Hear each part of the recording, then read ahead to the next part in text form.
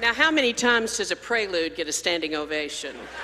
Right? How many times? Yes, yes, yes. So know that we have some fabulous music today. You probably already figured that out. First off, we have mine and Judy's dear friend, Jamie London, that's going to be singing today. Along with Voices in Unity. And then you know most of the people over here. You know Rick Balkin on the drum. You know Don Morgan on the bass. You may not know, some of you know him from CSLN, but this is Larry Faragalli that plays a mean guitar. And of course you know Dr. Judy. So there you go.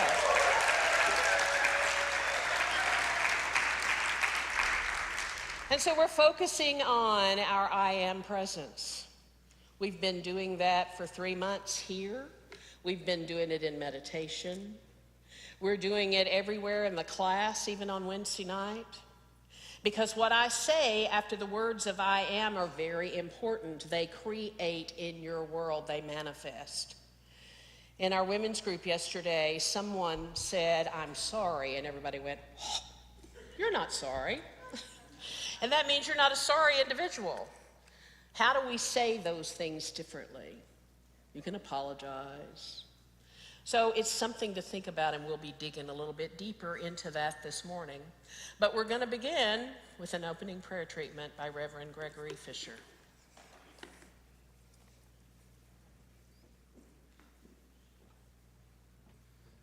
Good morning. Let's pray, shall we?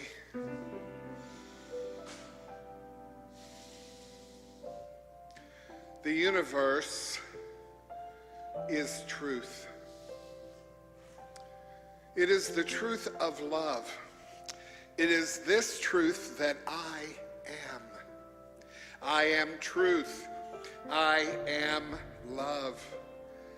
It is the very essence of me. It is the core of my being. I am truth. I am love. In all things, in all ways, in all places, at all times. I am truth. I am love. Anything that looks different than this is an innocent misunderstanding, and I let it go. And I forgive myself for having ever believed it could be possible. I forgive anyone that ever encouraged me to believe something different than this one fact. I am truth. I am the truth of love. I am so grateful today for this understanding. I am so grateful for this place and these people that encourage me always to be the truth and the love that I am. I let these words be mine. I let them be true as they go forth from me now and always. I let it be so, and so it is.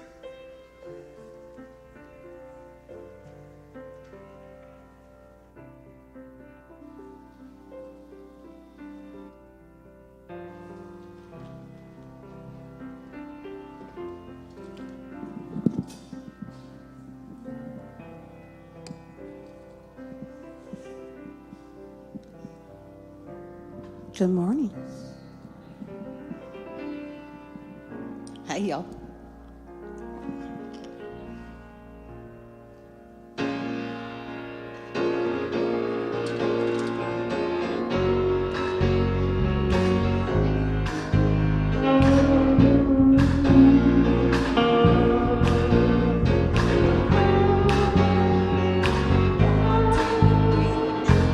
In the land of I am more than I have been. I am more than I will be. I am all that I am. In the land of I am more than I have been. I am more than I will be. I am all that I am. In the land of I am more than I have been. I am more than I will be. I am all that I am. In the land of I am more than I have been. I am more than I will be. I am all that I am. And the songs of all my great-grandmothers and the dreams of all my great-grandfathers and the way to rise above the pain, all live, oh, live, oh, live in me. In the land of I am all that I have been. I am all that I will be. I am all that I am. In the land of I am all that I have been. I am all that I will be. I am all that I am. In the land of I am more than I have been. I am more than I will be. I am all that I am. In the land of I am more than I have been. I am more than I will be. I am all that I am. And the smiles of all the unborn children and the dreams of a better day to come and the dance of heaven with the earth, all live, oh, live, oh, live in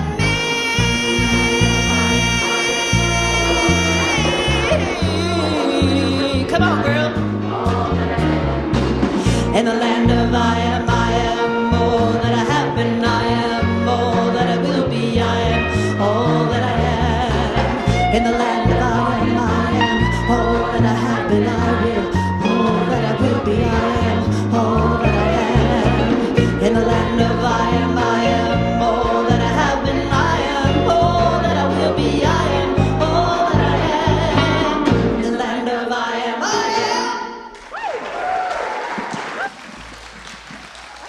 Thank you. Thank you for the dancers. I'm all about the dancing.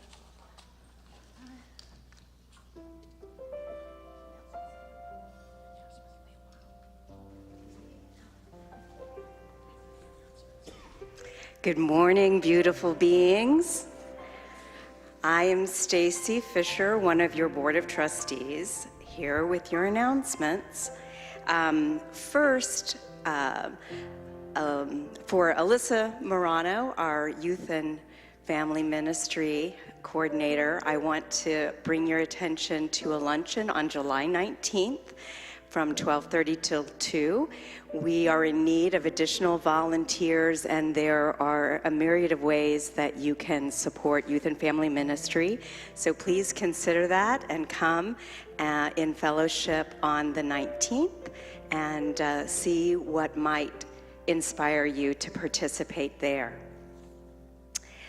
Next, I want to remind everyone of the Friday morning meditations, which I value so much, the community that we have created there. And led by Reverend Denise, we are continuing in July and August to focus on the I Am discourses, which were a collection of New Age spiritual teachings published in the 1930s that were dictated by the Ascended Master Saint Germain to Guy W. Ballard. And those books are very transformational, and that will be our focus this summer. So I invite you, if you haven't experienced meditation on Friday, to please come and join us. Next Sunday, no, not next Sunday, the 12th. We've got 4th of July next Sunday. We will have a wonderful experience. Reverend Denise will be here with Dr. Muhammad Mirzari. This too shall pass. You may not realize that phrase is actually rooted in medieval Persian Sufi literature. And so we will experience something very wonderfully, culturally meaningful in our community on the 12th. So please join us for that Sunday service. Next, we are still wanting your feedback. There is a survey. This will be the last Sunday that this survey will be in your bulletin. We would like, or the education ministry team is really interested in your feedback and what courses and what material that you would like to see to be able to take advantage of here at Unity. So please fill this out. If you are able, put it in the basket when the basket is passed. If not, you're welcome to leave it at the welcome desk out front, or you could get this to Marcia during the week if you haven't had time. This is the last week. We want everyone's input so that we can then create some wonderful content to enjoy. Next, I am still looking for volunteers. The men's group have continued to organize themselves. They helped us with the Labyrinth area before Nashville Chooses Peace and after. So they have additional days coming up, July 10th and 11th. And yes, it is organized with the men's group, but everyone is welcome. There is something in that back area. We now have a bat house that's been raised in the past couple of weeks. The Labyrinth dedication was so beautiful last week. The men's fire circle, we're expanding that area for them to meet. And then we've got some shrub cleanup and the peace poles to be placed. So lots to do to reimagine that space to really be a sanctuary area for all to enjoy. So come out, text me. We'll find a job for you for sure. And then I want to remind everyone about Conversations with God. We have started a wonderful series launched by seeing the movie that many of you were able to attend on the Saturday afternoon. Those classes will continue Wednesday evenings at 6:30 in person in Fillmore Hall or by Zoom. And if you haven't, you can still jump in and catch up, and it is, again, just really enriching content that we're experiencing on Wednesday nights. So come be with that fellowship as well. With that, I want to invite you to get up and welcome your neighbor this morning. And in the I Am presence, I invite you to speak an I am truth to your neighbor. I'll begin. I am joyful.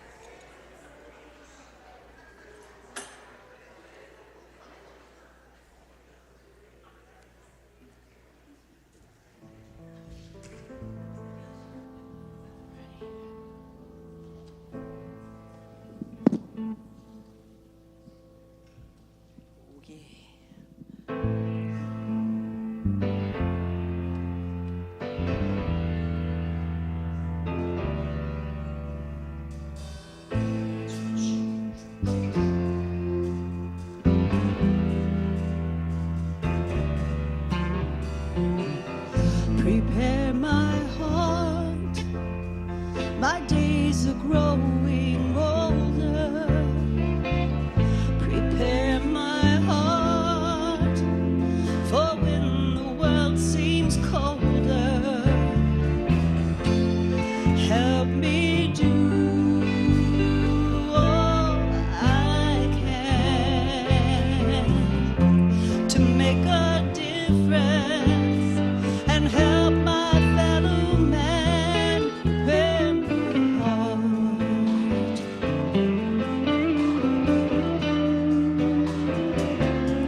Prepare my heart.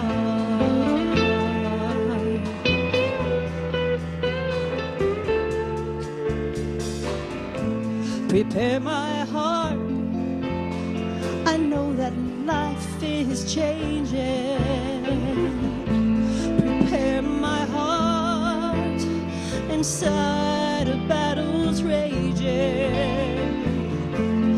Help me shine a light where darkness reigns. Bring me hope to those in pain. Prepare my heart.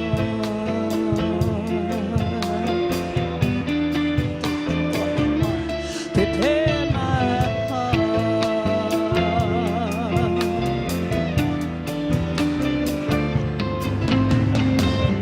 Prepare my heart. May I keep it open wide. Prepare my heart and welcome all inside. Prepare my heart for whatever I may face. Find me peace and comfort and unending grace.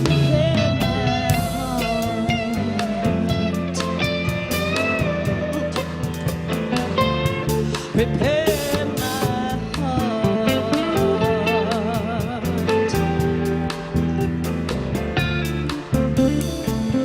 Prepare my heart for everything, be grateful. Prepare my heart, and to my truth be faithful. Let me live a life of love expressed, and in my soul will know I've done my best. Prepare my heart.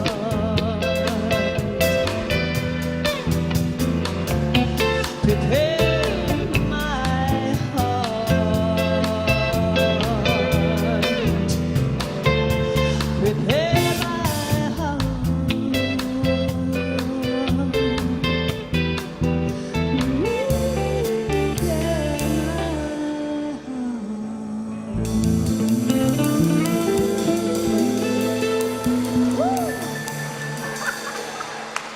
Y'all, that's a new Judy song. She let me sing it, so thank you.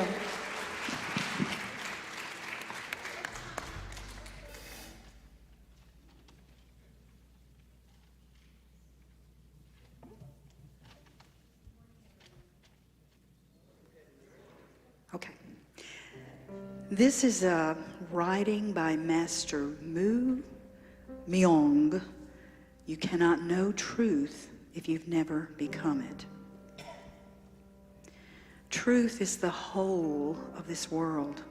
And so unless one's mind becomes the whole of this world, one will never be able to know truth. One is only able to live and speak depending on the level of one's consciousness. Furthermore, one is able to become enlightened when one's consciousness has expanded to become as large as the world. For one can be enlightened only in proportion to how large one's consciousness has become. The meditation of one's mind is the meditation of the body and the mind. And those who are able or unable to meditate end up remaining in that state and talking about nothing more than their own delusions. Unless their minds become the whole of the infinite universe, they will never know truth. Truth is existent, not non-existent. Truth is the original foundation, and this original foundation does not exist, but amidst its non-existence, there is spirit. This non-existence pertains only to those whose consciousness dwell within themselves, those who've returned to the truth. The infinity that is the most high, most low, most large, and most wide will be able to see God, who is the one and only. Because truth exists, the whole of creation is the representation of truth as well as truth itself. And only those who have become truth are able to know truth. Namaste. So if you'll join me in singing our meditation song.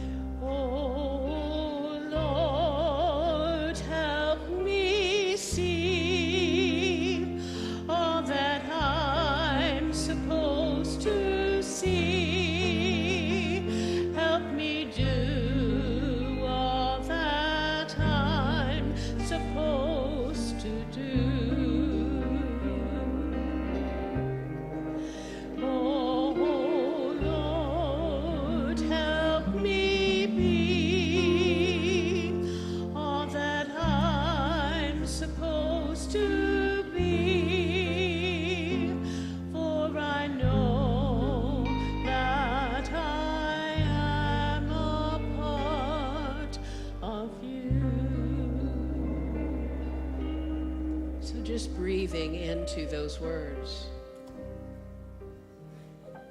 Living, loving Spirit, help us to see everything we need to see in this now moment. And help us to be the people that we say we are. And in this now moment, we are preparing our hearts for what that looks like. For what that sounds like, for what that feels like to fully lean into our I am presence. And how would I be showing up in this world today, and the next, and the next, as I am living my I am presence? I am one with my I am presence. And I am one with the I am presence of all sentient beings. And in saying that and remembering that, I know that highest and best is always possible. In the silence. In the silence.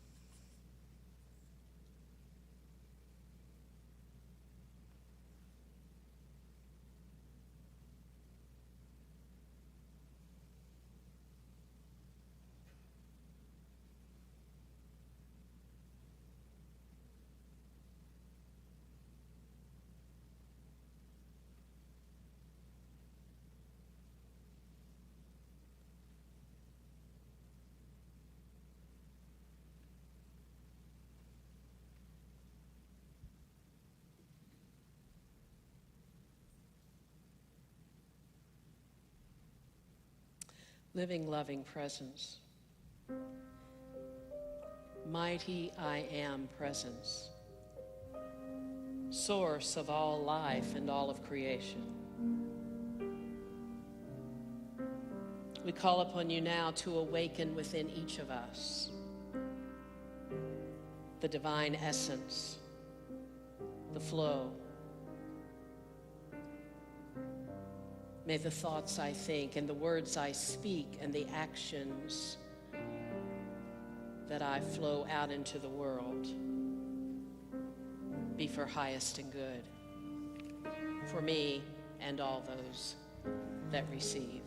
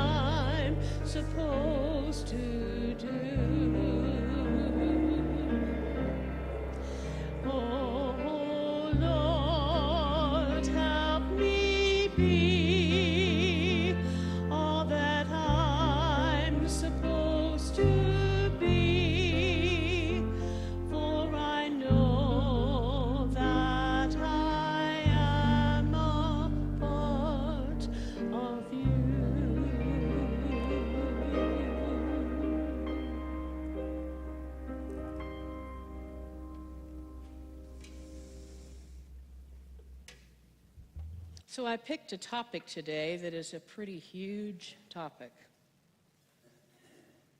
There's a lot of directions I could go in. But the thought of if we want to discover what is the truth, we have to live it. We have to become it. That's the only way we know whether it's true for us. I can sit with all kinds of groups of people and have over the years and listen to that person's truth and that person's truth and that person's truth. We did that yesterday in the women's group. And they weren't all the same. And that's all okay. And at some point in time, I have to know what I believe and what's true for me. As I said in the contemplative service, how do I know if I'm living in my I am presence? I know I am right now. I know those amazing musicians were in their I am presence over there, and Jamie was in hers because they were doing what they came here to do. When I am being who I came here to be and doing what I came here to do, I'm in my I am presence. And so what do we do about the rest of it? Those times that feel a little wonky, because we all have them. So what is truth anyway? That's a big topic. That comes from a dictionary. That truth in our world would be conformity. That word kind of makes me go, right? Or agreement with reality. Huh. But you understand that's what the world thinks truth is. You understand that? Whatever people see out there and they see going on, they think that's the truth. We have a secret here. That may not really be the truth. And some of us find it really difficult sometimes to be out there in what everybody else says is the truth. I have conversations with people all the time that go, I don't even know if I'm supposed to be here anymore. It's like, yeah, I know, I get it sometimes. It's like, what am I doing here? Am I making a difference? So I'm going to show you a picture in a moment, but truth to me has a few levels. I use the word correspondence because the truth that I believe in has to correspond with the way I live my life. I can't say I believe there is one presence and one power and then go out there and live separation. We do all the time. And so then I have to wake up and go, I'm trying to separate myself from this person or this situation or this thing. And on Sunday morning, I sit with a group of people and say, there's only one presence and one power in my life and all the universe. Remember my place, except at Walmart. I don't know where your place is. We all have a place. And we go, whew, that's difficult. But truth to me has to have a little bit of correspondence. It also has to have coherence with my thoughts, with my words, with my feelings, with the way I show up in the world. Am I coherent in what I say I believe? I've had a lot of people tell me the reason I don't go to that church anymore, whatever that church might be, is those people are hypocritical. I found that myself out there at times. People say one thing and they live a different way. They only say that thing on Sunday morning when they're all dressed up. And then they live their lives differently. There's no coherence within them. Does that make sense? And then this is a very interesting word. Pragmatism.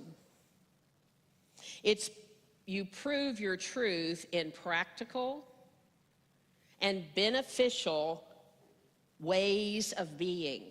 Is that not what we say about unity? If you've looked at stuff on our website, if you've looked out there in the internet area with Unity churches, we say we're positive, practical, and progressive Christianity. Now, I know that word Christianity freaks a lot of people out. They're like, I don't want to do that. Christianity is not supposed to be what it looks like out there. Can you hear me? What Jesus came to teach was not what's out there. What the early Christians did together is not what's out there. And so I find it very important that I am here right now at this time because there's a lot of confusion about what Christianity is. And I believe that's one of the reasons that I'm here. Because we have to be a place where people can really look and go, what was that supposed to be, before it got bastardized by people. Same thing has happened in many other religions. People have used it to try to control other people. So I want you to look at this for a minute. And I don't want you to talk out loud. I just want you to look at it and go, what is it that I see?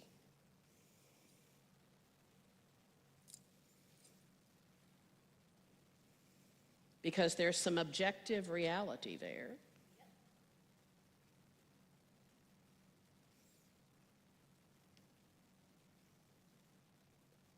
And my clicker is not working. There you go. And there's also some subjective interpretation. This little boy here just sees a tree. Now, when I see a tree right now, I go backwards in time and think about January and February and all of the tree issues we had all over Nashville and on this property and all the things we've dealt with and some of the beautiful trees that we are wanting to replant. But you may see a tree and think about something totally different. But then look at this little girl. What does she see? An apple. And so if you see the apple, you may be thinking about, oh, I could make jam and jelly, or I could sell those apples. Or didn't Eve eat an apple and get thrown out of the garden? Who knows what you thought when you see an apple? That's subjective.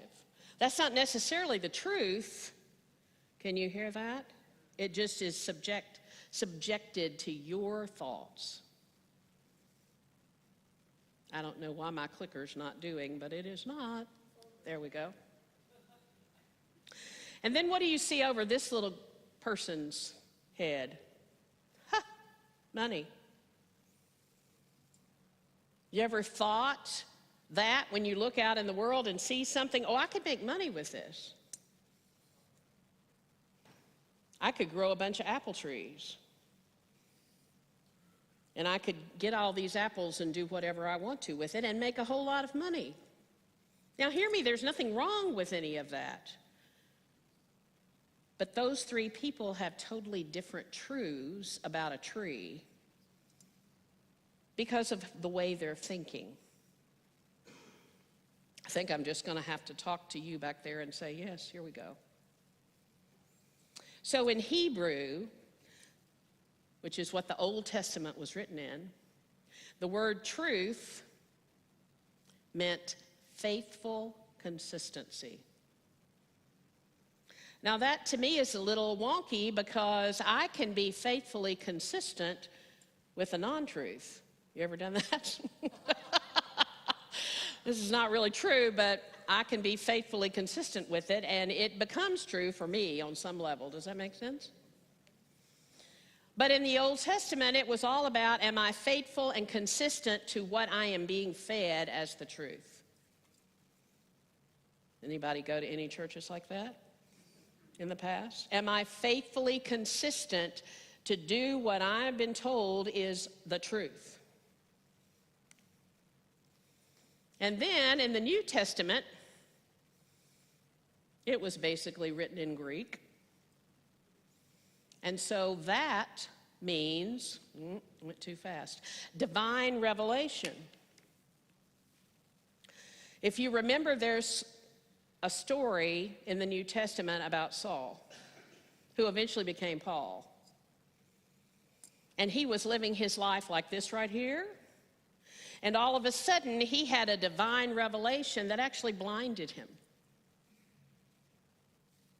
And he went to a place, a house where two women were living, and they helped him come up with what his truth was now because it had changed.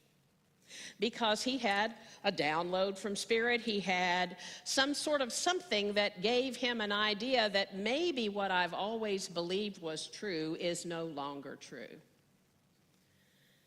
And if you read that story, he had to totally change who he was and even changed his name to Paul.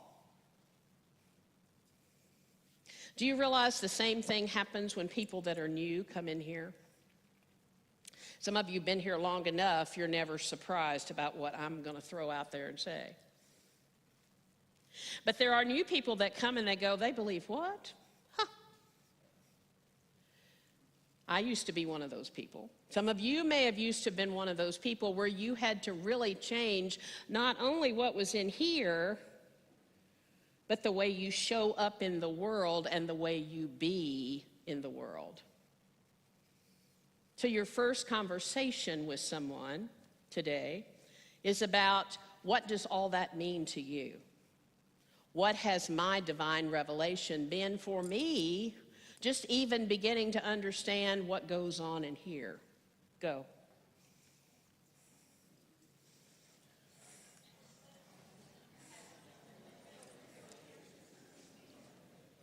I realized that it...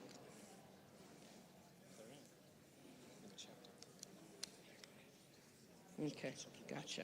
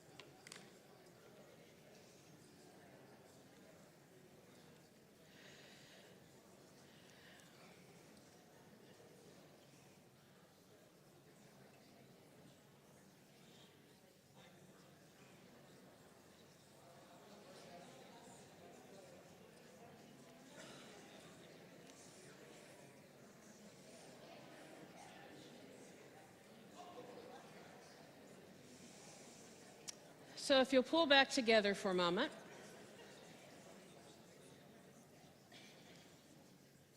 One of the beautiful things that I have found within this ministry is those of you that like come on Fridays during meditation, those of you that take classes with us, all kinds of ideas come up. I can only imagine that everybody that's hearing all those ideas may not always have even taken them all in or even believed them. But we have created an environment here that we can speak our truth and see what it feels like massaged into everyone else's. Does that make sense? But I do want you to hear what Charles Fillmore said about truth. Charles Fillmore says the absolute is truth. Oh, what is that? That which accords with God as divine principle. That which is, has been, and ever will be, that which eternally is. And then he says the basic principle of truth is that the mind of each individual may be consciously unified with divine mind through the indwelling I am. Can you hear that? That if I am one with my I am presence, I am living in the truth. I'm going to say that again. I want you to hear that. I want you to take that in. If I am living in alignment with my I am presence, I am living in the truth. Now, the codicil is it may not be Jill's truth. It's my truth. And I know that some of us are going, but I want to know what the truth is. It's all of it. Can you breathe into that? But here's what unity says. That there's one presence and one power. That we're all one. Those of you that are CSL people, you all believe the same thing. We're all one. And in saying that, the next one is that we all are divine beings. We're all a part of that oneness. All of us. Even the people at Walmart. All of us. Even that person on the road this morning that you shot a bird to. All of us. All of us are divine beings. And so then, we also know that our thoughts create our world. I don't want to believe that when I look out in my world sometimes. I go, I did that. We're going to talk about that a little bit more in just a minute. We also believe that if we want to deal with our thoughts, if I'm struggling with a thought that doesn't feel right, the way we shift that thought is through prayer, blah, blah, blah, blah, blah, and being in the silence, meditation. And my very favorite truth that Charles Fillmore stated was, we must live the truth we know. Whatever I know, I have to live that, or it's no longer true. So, did these just come out of Charles Fillmore? No, they came from downloads from Spirit, whether you believe that or not. And they're true in all religions across the board, whether they know it or not, right? And so what are those truths?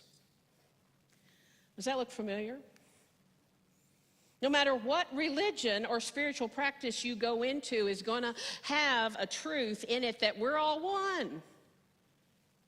Even those you've been told do not have that truth, they're reading out of the wrong chapter. I promise you. They believe that we're all one. Somebody has gone in and bastardized their process. Okay? Everybody breathe. And that love is the truth and fear is what? Huh. Looks pretty real sometimes to me. Does it to you? Yeah? And so how do I begin to think about that? That if I stay in the presence of my I am and I have love, I don't have anything to fear. I want you to take that in for a minute. Our mind is not a camera, it is a projector. Our mind is not a camera, it is a projector. I'm going to say that one more time. Our mind is not a camera, it is a projector. So what I see is partly from here. Now, there's also mass consciousness, but we're in it all together. We are. The only other option is to get on a spaceship and go somewhere else, maybe, right now. So, our minds, all of our minds, are creating together what we see. Somebody sucked all the air out of the room. And so your only enemy, the only thing to fear if you feared anything is what? Your small self. Because our small self is not our I am presence. That's that little self that says, I'm sick, I'm a mess, I'm sorry, I'm whatever I think I might be. When it's not the truth of our being, the truth of our being is I am love and joy and peace and all good things. The truth of my being will shine out when I'm doing what I came to the planet to do. And when I remember that, everyone and everything is connected. I've said this for probably the whole time I've ever been a minister, wherever I was speaking. If we can't get it in here, how are we ever going to get it out there? We have to start it here. And then take this with us out there. So how did we get where we are today? Because I know some of you. Some of you have talked to me in my office and went, whoo, it's a mess.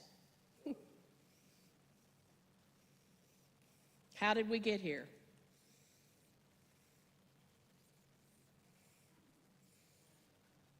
What does malware do to your computer?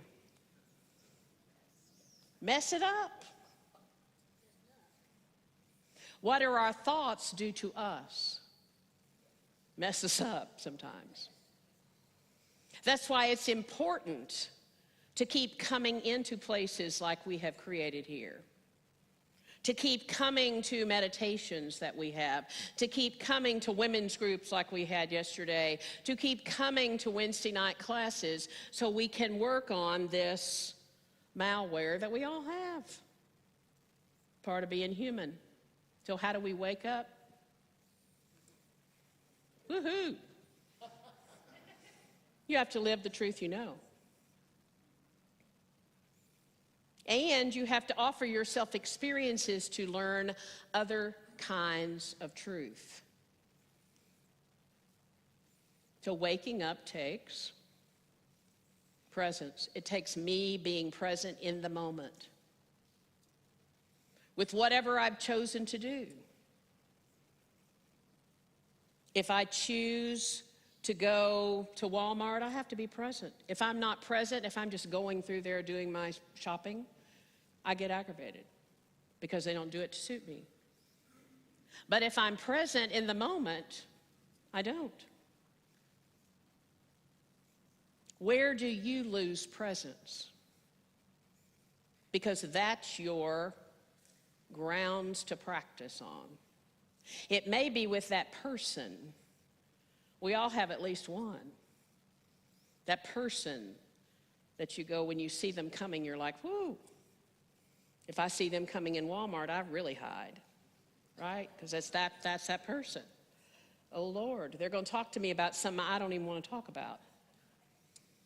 And I have to remember my I am presence. I have to remember what I came here to do. Many of us forget over time. We forget what we said yes to when we came on the planet. And then this is very important. This is one of the items we didn't get to yesterday with the women's group. But it's one thing to sit in circle and hold a circle and listen to other women. It's another piece to be compassionate, and to give service to individuals. Can you hear that? And what would that look like? We have to be still. Some of us are so busy all week long, so busy. How often do you take time to be still? Because it's in the stillness that you're going to wake up. Because in that stillness is where you're going to transform. It's where you're going to have your road to Damascus kind of experience. It's where you're going to start transforming yourself. What if the truths we stand in together is what will turn this world around? I want you to open your ears really big. Because I truly believe, it's not because I'm your minister, but I truly believe we are here for such a time as this. I believe Unity of Nashville is here to stand together in truth. No matter what that truth is, no matter how hard it might be, to begin to turn things around here. So if you stand in your truth, you have to be clear about what you're standing for. Clear about what that means to you. You have to release the blocks that are standing in the way of you standing in your truth. That might be people. That might be situations. It's like, where do I go that I go, I can't speak my truth here? Pay attention. And you have to step into your I am presence. I am one with my I am presence. Say that. I am one with my I am presence. And I am one with the I am presence of all sentient beings. I am one with the I am presence of all sentient beings. That's everybody, remember? Remembering this means highest and best is always possible. Remembering this, I'll say it again. It's okay. It's like, present, be present, be present. That's the school teacher coming out of me. There you go. Remembering this means highest and best is always possible. Even in Walmart. Namaste.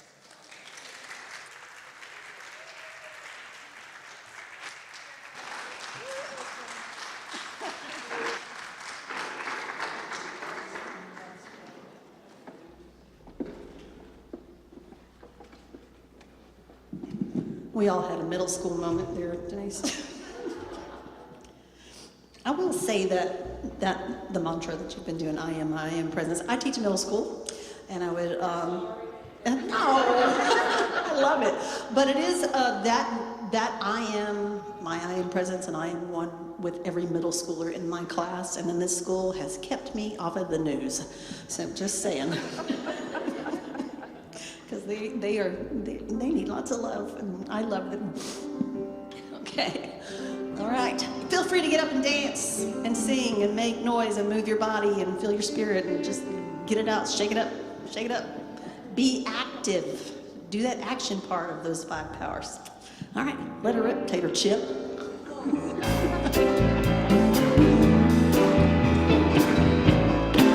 you go. There's my dancing team. One more time.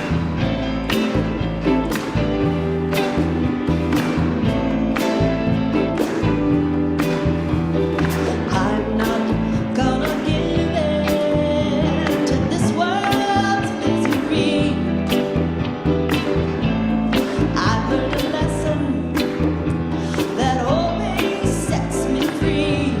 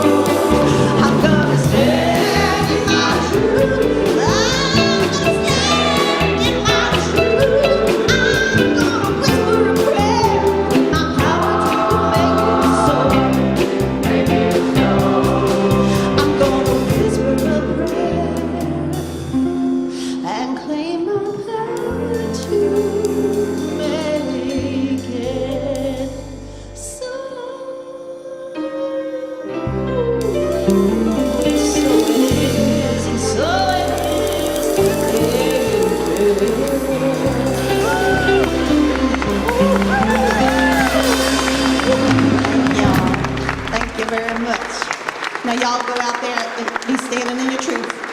And if you're standing in somebody else's truth, get out the way.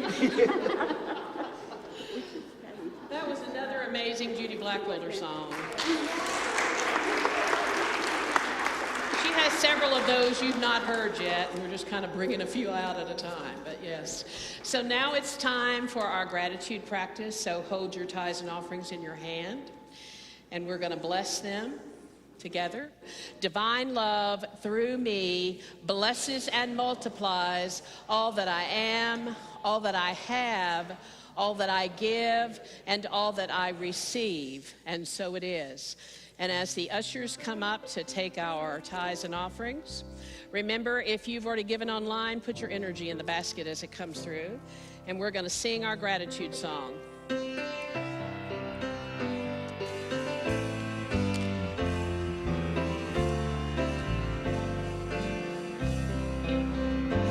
I give my hands in service. I open my heart to love. For when I count my blessings, they outnumber the stars above. Thank you, God. Thank you, Spirit. You are with me, come what may. And in gratitude, I give to you the best of me today. The harvest of me today. So we open our hands and our hearts and our minds, and we bless these tithes and offerings, knowing that they have come through the energy of divine love into Unity of Nashville, and will flow in Unity of Nashville and back out into the world as the energy of divine love. We know that as we give, so shall we receive, and those blessings will be heaped up, pressed down, shaken together, and running over, for that's the law, and so it is. Amen. So stand and sing peace song and pray out.